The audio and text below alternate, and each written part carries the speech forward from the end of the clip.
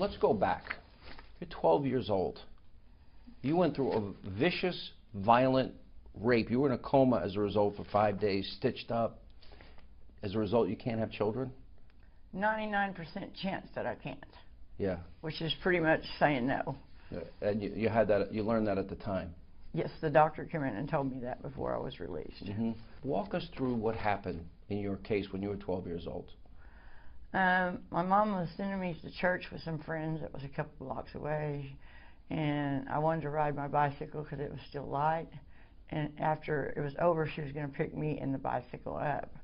But before I made it there, I was yanked off the bicycle by two guys, which one was underage, so they're not able to bring him up.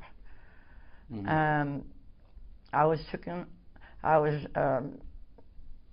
on a road. I was trying to get out. First I told them I wasn't going with them, and I was going to try to leave, and they wouldn't let me. They yanked me off the bicycle, and I was taken out on a road somewhere, and by that time pretty much my clothes was ripped off of me, and I was screaming and crying, and I couldn't get nobody's attention.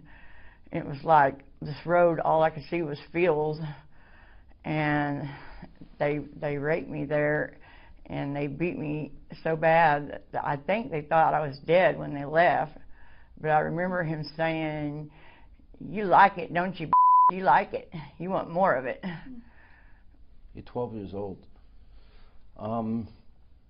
You were in a coma for 5 days after? Yes, sir. I crawled to a porch that I still don't know where it is to this day, and they were coming back to finish me off, and this lady turned her porch light on. I was told it was a lady. Is how I know that. I have no idea who it is today, and that's what saved me. She got their tag number, and I fell out at that time, and I woke up 5 days later. And you it was so brutally violent. You needed stitches. You were brutally raped. Yes, sir. Yeah. Hillary Clinton said she did a favor for a friend to be the attorney for the accused in this case. And as we just played, I had him take a polygraph test, which he passed, which forever destroyed my faith in polygraphs. And then she laughed. She was bragging about getting this guy off. Now, he faced 30 years to life. He ended up getting off with time served. So my question to you is, when you hear those words and her bragging about that case, a fascinating case as she calls it, what is she communicating there? That she's going to win her first case, whatever it takes, if she has to lie, cheat, or steal. Doesn't it also imply that she thinks he's guilty? Yes, sir. Definitely. Which forever destroyed my faith in polygraphs. Oh, yeah. She thinks she's guilty, or she wouldn't have said that. As part of the court filings in this case... I don't think she thinks. She knows. She knew? Yes, she knew he was guilty.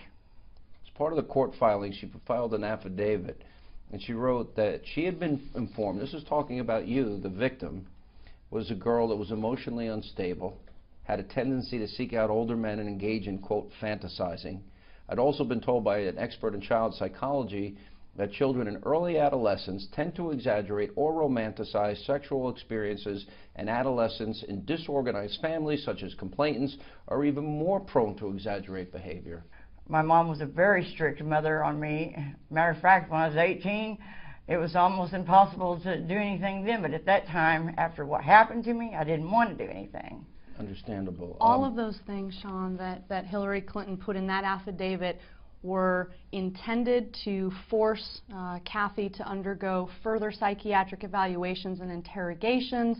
They were all things that were intended to portray her as a liar, someone who made up this rape, that if there was a rape, that if there was sex, it was consensual at her age as a virgin of 12 years old.